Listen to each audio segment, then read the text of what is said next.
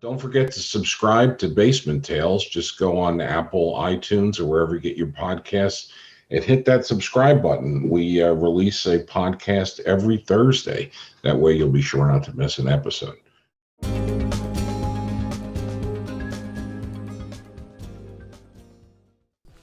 Welcome to Basement Tales with Sam Jackman, Charlie Einsman, Ed Grass, and Sandra Delancey. We have fun telling crazy but true stories about turning the worst possible property disasters into bags of money. Along the way, we'll pass along some important lessons to help you make cash on real estate. Sam and Charlie walked away from cubicle hell 25 years ago. Starting with no property, they created their own Clear Sky group of companies, sold hundreds of houses, bought dozens of rentals, and made millions in hard money loans. I'm Ed, a big firm litigator until muscular dystrophy made me find a hobby other than suing people. I miss it. Sandra's the normal person here with a real job plus some rentals. Her decades of friendship with the group, from office flunkies to property gurus, might help keep us all humble and focused on learning something. I wouldn't count on it. Are you going to teach us, Charlie, about the lies and the lying liars, or do you want to hear about all that you need? All that you need is weed. Oh my God. Wait a second. Has this turned into a pro-marijuana podcast? What? No, speaking of, okay. Reflection of pro-marijuana. Reflection of the social circumstance we're living in. Let me just read my latest text. Do you know of any investors willing to invest in a cannabis grow operation? Wow. Sure, we found a cannabis smoke operation recently. Sure, we probably would. Where is it? Oklahoma. Okay. Actually, this is a breaking news topic. They're working in Congress right now on legalizing cannabis banking. The one of the dangers we've talked about before is that, well, on the good side, is a lot of money coming off of legal cannabis. But the problem is these people who are making the money can't safely put it in a regular bank. Because when you take the money in, you drop off your $100,000 in cash from a day's take at the marijuana farm. The bank sends in the little notice to the Fed saying, "Oh, we got $100,000 in cash. What was it for? The purpose? Marijuana proceeds." So the Feds can come and seize that. And even if it's legal in, say, California or DC, that doesn't mean it's legal under federal law for banking. And once they come in and seize the bank account, they can seize everything else. So anyway, the Congress is working on now a thing to legalize within the federal banking system. If you made the pot money through legal stuff in your state, you can bank it and not have it seized by the federal government. Now, why is this relevant to us, you might say? Well, we deal with investments and investment money and whatever. And so if somebody wants to get into the hard money business and they've got a lot of cash, that's one way to do it. It's all you listeners with marijuana farms out there that are legal. Once you start banking, you actually might be able to legally use those proceeds without fear of getting arrested for it. But it's not the law yet. So yeah, we were approached, if you recall, by someone who wanted to do exactly that. And when we first got going, and they only wanted a very low rate of return because they had so much cash, bags and bags of cash, but we had to decline them because we couldn't commingle their cash funds from marijuana with our investor funds from a normal course. Otherwise, we would be at risk of having some sort of gigantic affiliation with them, and we couldn't have that. So future may come in the future. Right. Although then they may have so much money they'll go bank with the billionaires or some. But the interesting problem about it was, the way the laws were written. If you seized you stop a car and it's got 2 kilos of marijuana in the trunk, they can not only seize the marijuana, but they can seize the car because it was used, or even money from it. They can seize, like the boat that the guy or gal buys with the legal pot money. And so if you commingle that money, the feds aren't going to figure out, well, this is a good dollar and this is a bad dollar. They just take all bad dollars. Yeah. Yeah. They take all the dollars. And then it turns out you need more than weed. Where'd that come from, Sam? Why have you decided that all you need is weed? Well, we're going to cover that after Charlie covers his story first. I think Oh. he's gunning. He's gunning. He's gunning for his thing. So then Yeah. Now, we need to, why do we listen to this liar song? Why do we keep listening to that? You like the liar song.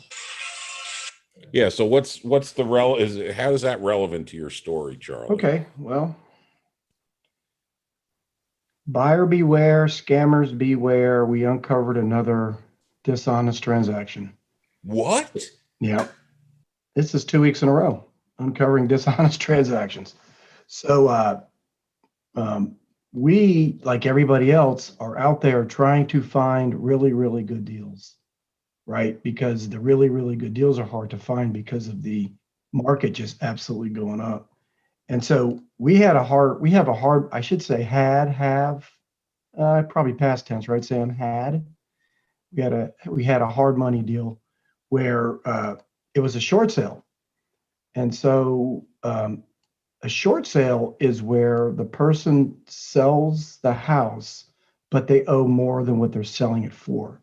So it was a short sale transaction in Washington, D.C., where the owner was selling the house less than what they owed.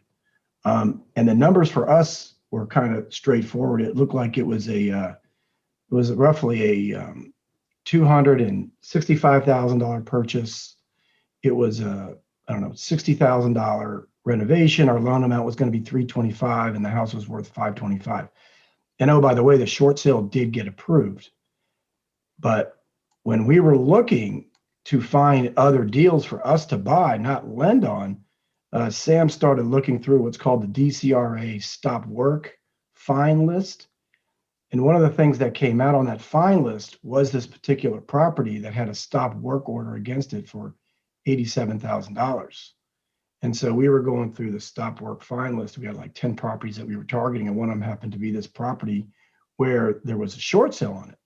And so just to make sure I and the listeners are clear, so if you say are working without permits or something, DCRA, that's the regulatory agency, they can come in and literally give you a stop work order and say, you don't touch this house until we get the permitting sorted out. Is that right? Yeah, that's right. And you said the amount was $87,000. Yeah. From a single fine. How does that work? How much? Well, there was other specifics on top of this red tag, right, Sam? There was other infractions that we couldn't make it. It was a stack of infractions, and we couldn't make sense of what was the actual root cause of them.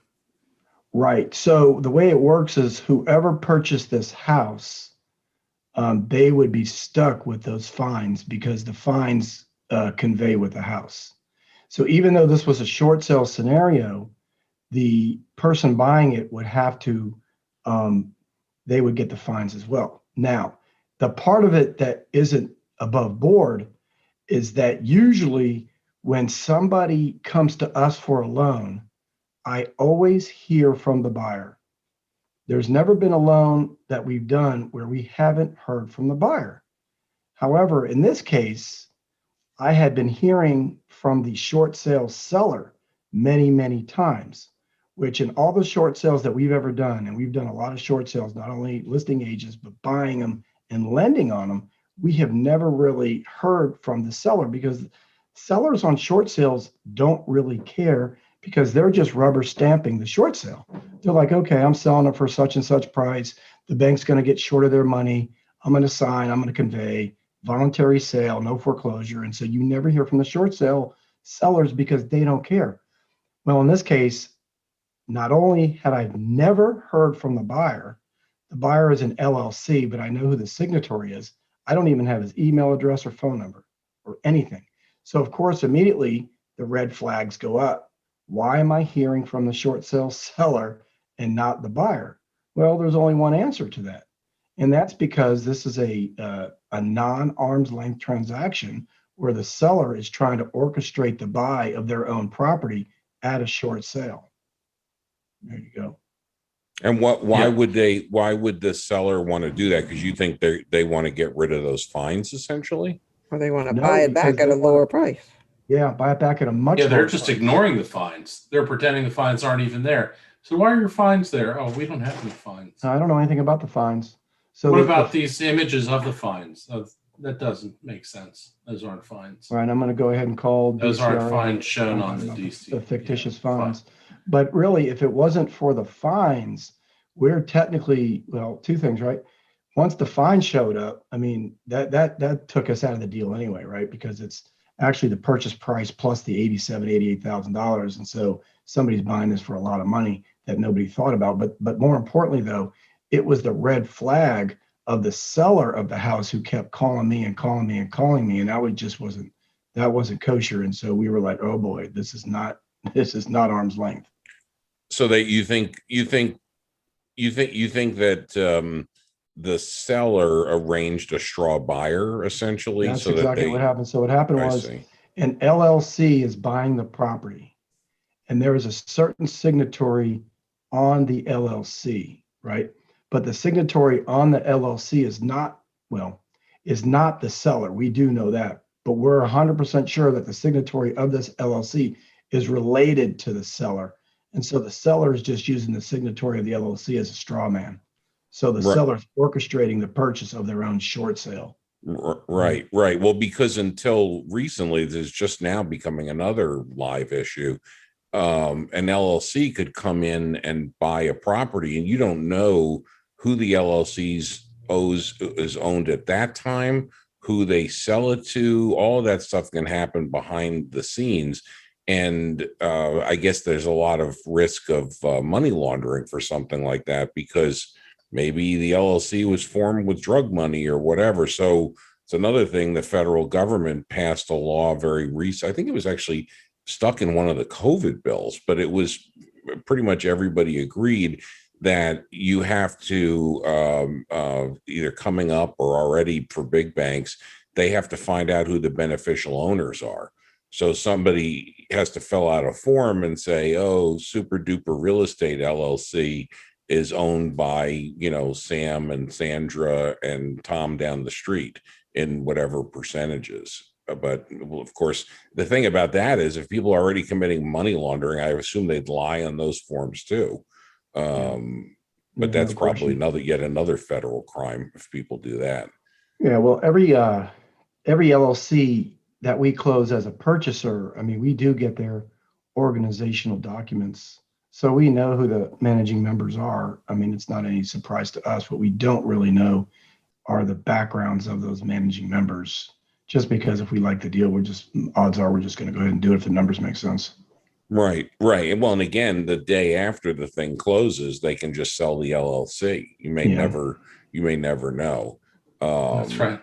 and so, yeah, it'll be interesting to see if this law, and again, I don't say this politically, but this was what some people alleged that maybe Trump was doing with having so many Russian clients. They would come in and buy Trump, apartments and condos with LLCs, and kind of, it's actually Russian oligarchs overpaying for the condos to give him money or whatever. So there's a lot of room for bad actors and that kind of stuff. And I know you guys were always trying to to figure out what people are doing. But in a regular closing, though, yeah, I guess you would normally have, driver's license, and people are verified to be who they say they are, and then the corporate documents would indicate it. So if they're not committing some fraud, you should have the right information. Right. And this is really relevant in today's business environment because back in 2008, 9, 10, and 11, where short sales were prevalent, the buyers 95% of the time were individual buyers from an individual seller. Now, because that there's more private lenders, hard money lenders, and in the investment space, there's more LLCs buying these houses to fix and flip. Whereas, 10, 12 years ago, that wasn't the case.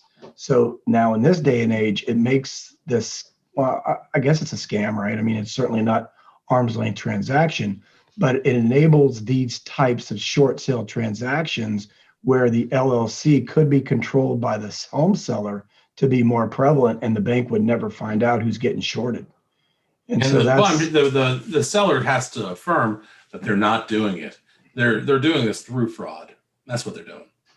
yeah, but They remember make a though, statement they're not doing it, then they do it anyhow. right, but that's part of the seller rubber stamping process, right? Because as long as the seller doesn't show up as a managing member of the LLC, it could be the seller's brother. If the seller is married, has a different married name than the brother who has the maiden name, Yeah. the brother is the managing member. The bank is never going to go back in time and do a No. research on that LLC when they have flipped Still the doesn't house. make it legal. I mean, right, but they're not going to do that. They don't have the time to do that.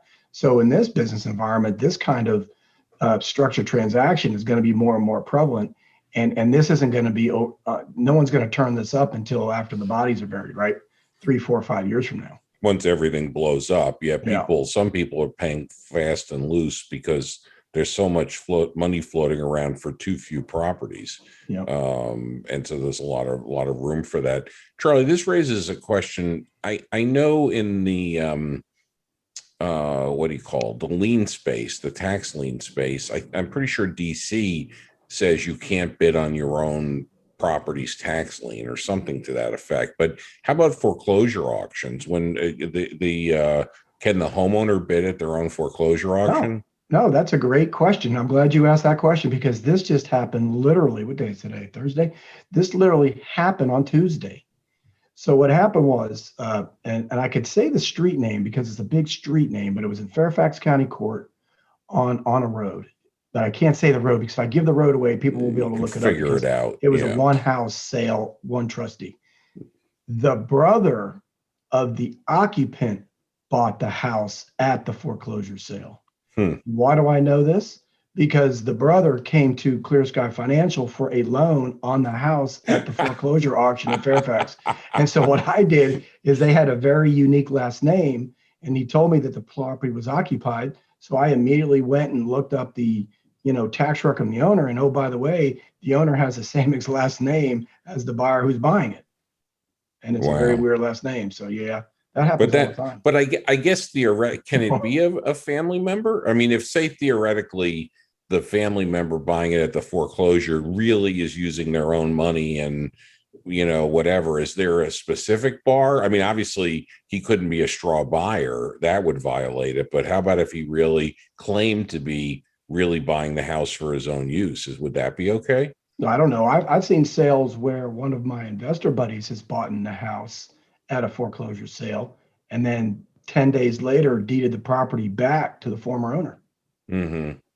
But we haven't uncovered that until let's say 6 months to 9 months later after the auction, as I'm going back looking through, sale records and just to see how I did on my numbers going back to that time. That's the only time I've uncovered that. But that does happen, not very often. I'd say it happens probably in our area, maybe 6, 8 times a year, but that happens.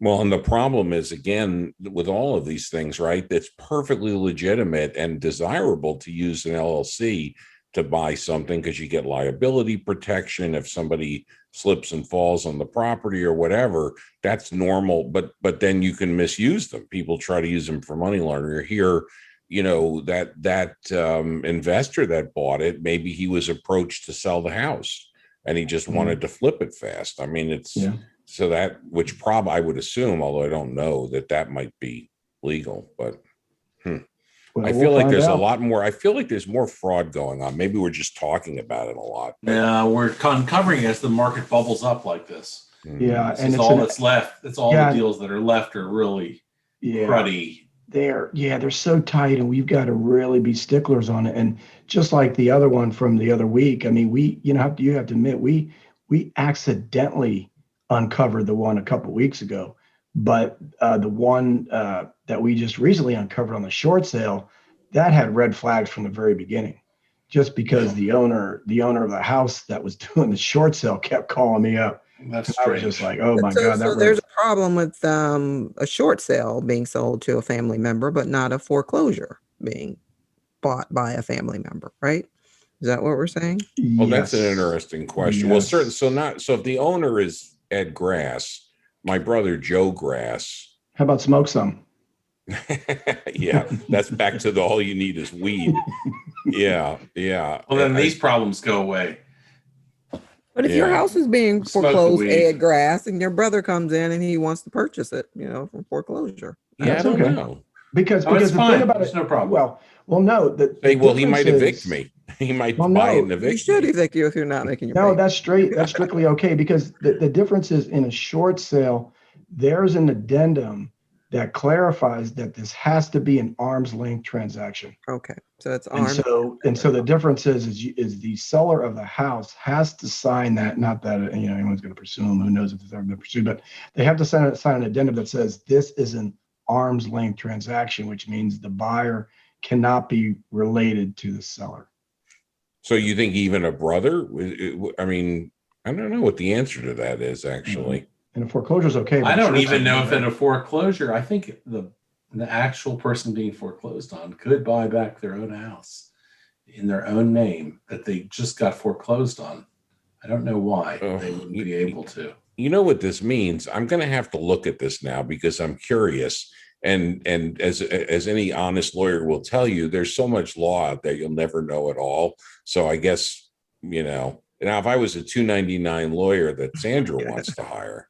Yeah, but Uh, you We gotta, we have but a Ed, 299 lawyer at the other end of one of our no, basement tales Ed, you didn't do your deals. disclaimer. You've got to do your disclaimer. Yeah, Oh, well, yeah. no, but I don't have to do a disclaimer. Don't know the answer. No, I your haven't- lawyer disclaimer. Right. No, I know. I'm a lawyer, but I'm not your lawyer. That's the typical, yeah. And it's all, we're just discussing it. But the point, I don't even know the answer to this question. So I haven't even, I guess I know enough to know there's an issue, like you say, with the arm's length and what exactly is that.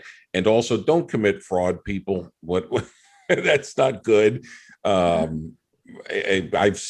know of a situation where somebody is in some big trouble and may have the FBI going after the person. So, that's not a good thing to do. It's not worth it. So we went out and looked at a property, a 10-unit building on Webster in DC in Northwest. Nice. Northwest, wasn't it? Yeah, I thought it would be nice. Mhm. And we did a little research beforehand with a third-party architect who we know. And they let us know that there's pretty much no way it's going to be expanded, even though someone had spent some time a while ago laying out plans for an expansion, but it was under a different framework of DC zoning law that didn't exist today. So they're sort of marketing this expansion as part of the auction, like, hey, maybe this is something you could do with it. But they just don't mention that you can't really do it until hell freezes over.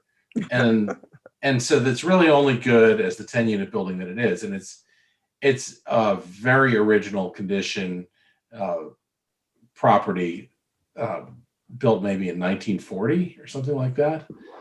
All lath board and little aluminum electric, and the whole place needs to be completely renovated. Like every wall needs to come down.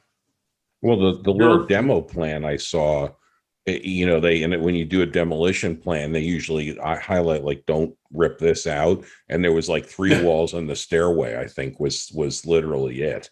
Yeah, the stairway could be kept. That was it. Yeah. Pretty stairs. And it took you up to the room where the last residents painted on there in big blue spray paint. All you need is weed. And that's what brought us to the weed. In the basement of that building, there was a small jail as well that was constructed like a makeshift jail. Wait a second. Hey, Sounds like a place that could be called a basement tail, TAIL. Yeah, It could be like that. There's some stuff of that. There was a dog bed in it. Maybe it was for storage, but it was strange. That's a CSI tale. There's some CSI stuff going on in that basement. No, we don't want that one. Yeah, that place was going for sale up the street from me. That a developer is saying that you can take this. They have four row houses or townhomes very close to the metro. 4 of them, 2 units or 2 levels each, that they're saying that you could build out, and it's only going for like maybe $3.5 million. So I'm wondering if you can sell those for $1 million each. Is that worth the investment? So how many total units do you have there? It would 8 be a total units? of 8, I think. It would be a total of 8. And so who's selling this? A developer selling it ready to build, or? I think a developer's selling it ready to build, but all these red flags come up now that I, been on the show a few times and listened to Ed saying just because they say it's ready to build doesn't mean that they And have not even plans that close. are ready. Yeah. Right. So now I know Yeah. that. So Well, but now it could be. I mean, so this one that Sam's talking about, I had looked at I was just curious. I looked at some of the bankruptcy filings. This thing was being auctioned off because it was, I think it was just one LLC that was in bankruptcy. And I think they had spent probably $1.5 million buying this thing, and they had all these plans drawn up to get another story, and it looks pretty good. Like, oh, there's plans here, and oh, here's the demo permits there, and I think it expired, but I can pull the demo permit again. And it if you didn't know better, you might think it was ready to go. The funny thing about it is I know enough about DC and the zoning. When we were down there, Sam was inside and I was his chauffeur, of course, and from outside, and all of the buildings are the same height. This building and like every building as far as you can see. And this, whoever owned the building figured they were going to add another floor on. And in some parts of DC, that used to be happening a lot for complicated reasons, but not on this type of building and not in this particular neighborhood. They never do this now. And so in the bankruptcy, somebody had a contract to buy this property for $5 million. And that fell through probably because they realized you couldn't do it. And when it goes up for auction, they make no representations. They're like, here's some background information, but you have to agree if you're going to bid on this that you didn't rely on anything we told you. And I'll speak to that. I'll speak to that about auctions. Now, I'm not going to name the auction company, but they did do an auction for Charlie and I. And they were very clear that sales puffery is a key component to their marketing of properties. So they will tell auction buyers that other buyers exist, that don't exist, that prices exist, that don't exist, that offers exist, that don't exist. And they make no guarantee that what they're saying is true. And they just tell them to them straight, plain as day. So when you're talking to an auction company, unless they were friends of yours or someone that you knew entirely well in business, you just might as well not even speak to them, because the veracity of what they're saying is not even, there's nothing that they can tell you that's meaningful, because based on the amount of lying that goes on. Right? they don't have to tell you the truth at all. Yeah, They because may have to. I don't know what the law says. I'm telling you, they don't. just And think so you about it, might as right? well not even talk to them. The auction company, all they want to do is make the sale for that specific minimum bid price, right? So their risk, if they act like they're the bidder, I mean, they're just bidding against themselves, getting that price up there. So at least they have a transaction. So the risk to them is nothing, because if this thing doesn't get bid up to the minimum, the reserve price, then there's no deal anyway. So in our case, they helped us out. I think they ended up getting us an extra 30 or 40,000 Oh, sure. bidding on our property. Not that we instructed them to bid, they just Not at all. voluntarily bid that sucker up. And that happens all the time on some of these other online REO websites. Well, they'll have a robot bidder bidding. It's called the counter bidding process. And so it's not an actual live bidder who's going to buy the property. It's the damn auction company themselves bidding it. Upward. They're trying to automatically bid you up towards the reserve. In the other case, when someone's doing it manually, they're just telling you, hey, we've got another interested buyer, but in fact, they're just pushing you towards the reserve price. Yeah, and Wow. there's an actual property on one of these REO auction websites who are auctioning off houses for the bank. So one of these, and I'll stress the word auction websites, this one house has come up 40 times. And the reason why I know that is because I've been following it 40 times. And they have a counter bidding process. But what I do is 2 days before the auction even starts, I just go in there and put our highest bid. I've been doing this for like 15 times. And this is once a week for 15 times. I put in our highest bid. And don't you know, our highest bid gets outbid by like $200,000, right? It's like a property worth 690. I put in a $500,000 bid amount. I just stick to it. The bid price goes up to like 680 each time. Like someone's going to buy a retail occupied REO house in this market. Come on, man. And so this happens all the time. And so I just go ahead and stick to my guns and pull out, put a bid, and they, counter bid over it. And it's just a bunch of nonsense. That's another thing. I'll have to look at how auctions are supposed to go. I know there's a big no-no, which is very clearly illegal, is to have bidders working together and saying you bid this property, I'll bid that property. That is like a clear criminal violation. When someone recommends that to you at an auction, run. Right. You need to run. Yeah, Right. and it Wait, it won't surprise explain you. that? I'm not sure what that means. So me and Yeah. a friend can't get together and say you bid on that one, I bid on the other. Well, Yeah, it won't I'll surprise explain you. it to Charlie will tell you. I will tell you. And this example is a real life example. And we know some people who got put in jail. Okay, what they would do, this is called bid collusion. What they were doing is back in the day, this was in the late 90s, maybe early 2000s. So there were like, let's say 5 or 6 bidders at the courthouse steps. But remember, when you're bidding on foreclosures at the courthouse steps, you see the same bidders all the time. So what they were doing is they would take the properties. One of them would buy the property at the bank's opening bid. Nobody else would bid. So they become the buyer supposedly. Then what they would do is after a couple of the houses were done being auctioned off, each one would bid $1 over the opening bid. They would end up technically owning the properties. Then what these guys would do is these 6 would go and have their own auction process where they would take these properties and figure out who would pay what for what. And then they would sell amongst them all these properties. And then the group of them was splitting the premium of the properties. So for example, if there was a property, let's say it's worth 400,000 and the opening bid was 200,000, right? They would bid 200,000 and $1. The person who bid 200,000 and $1 would get it. Okay.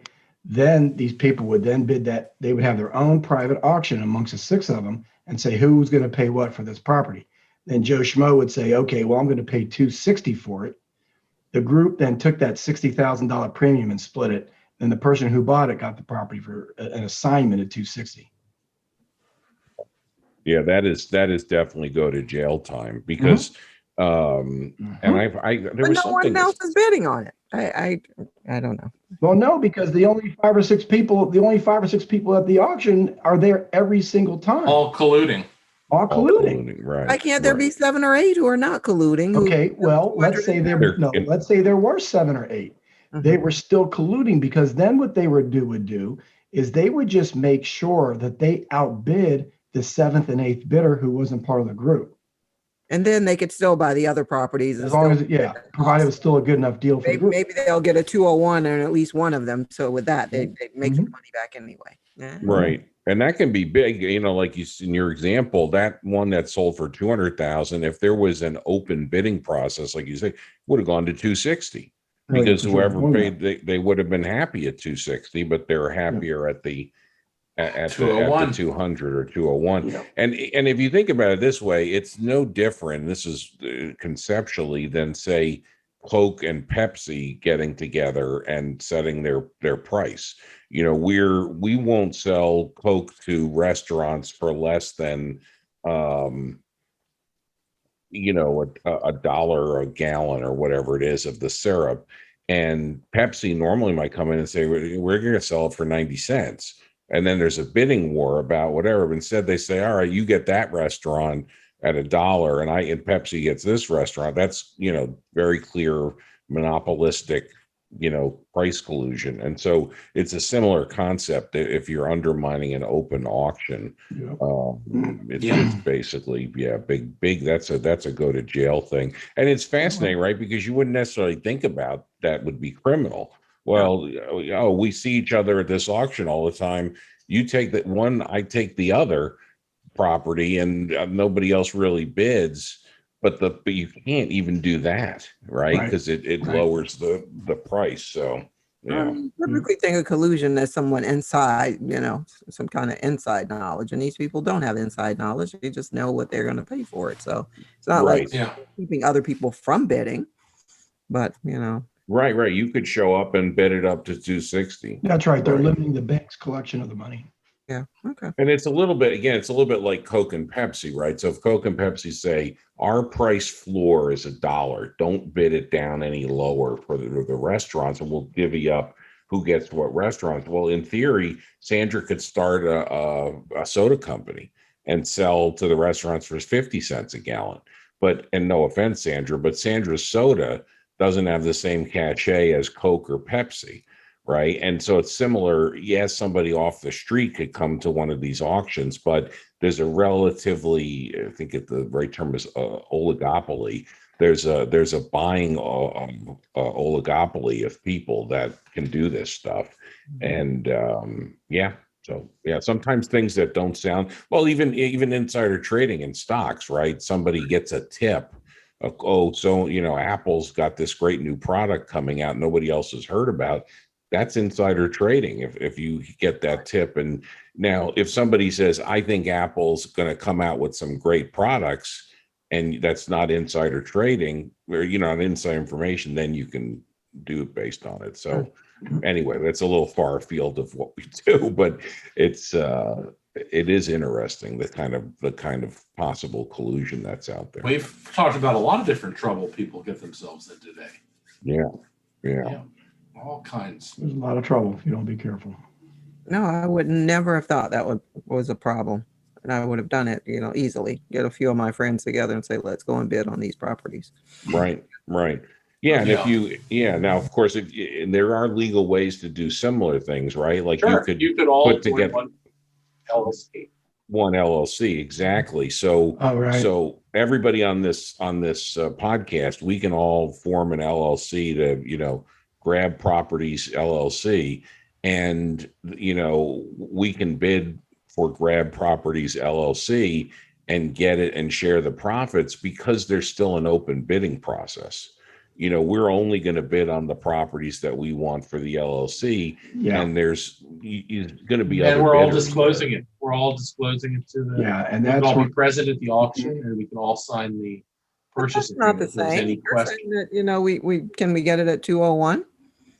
Yeah, if no one else is there. What that's saying, if Bidding process, right? if all 6 bidders had a 1/6 interest in Grab the Property LLC, then technically they would be the only bidder, and then that would work. They can disclose that to the auctioneer. 6 LLCs. No, there'd be one LLC with 6 shareholders of the LLC. I'm saying, what if there were 6 LLCs with 6 shareholders and they all bid the same way? We're getting back to the same thing where it sounds very similar. Yeah. and again, I would, if somebody's thinking of doing that, I would suggest they, be careful. But the reason why it's like around here, there's enough bidders now, particularly the time frame you're talking about, Charlie. I think That's there the was much less bidders because we hadn't experienced the 07 boom and people were coming off the street to bid. So you definitely had good open auctions. And isn't that another thing, Charlie? If only say one bidder comes, can the trustee just cancel the auction on that basis? They have to go for, they cannot. No, they have not to on that basis anyway. Yeah, as long as they correctly publicly advertise the auction. Right. As long as it was in a bona fide newspaper or online, they have to correctly publicly advertise it, because remember, the bank doesn't want to cancel the auction, right? If there's not enough bidders, only one bidder, they just want it. If the person's willing to buy it at their opening bid price, they just want to move the property on. Either they want to sell it at the auction or they want to take it back REO. They do not want to wait another month or 6 weeks to do it again. So they won't cancel it. Matter of fact, if nobody shows up, then it just goes back to the bank on the opening bid. Right. Because you created an open, fair bidding process by the advertising, so that anybody in the area or in the country or whatever can bid, as long as they see the notice, they decide I'm going to go, and they bring the prerequisite money. So you've got an open process. If everybody looks at the ad and says, ugh, I hate that house, and you're the only one that thinks that's a good house, that happens. You can have one person be the bidder. That's right. You think it's pretty rare right now in this area, but I guess Yeah. it's Plus, possible. it's also more rare too in any areas because with the with the hard money lenders, money is free and easy right now.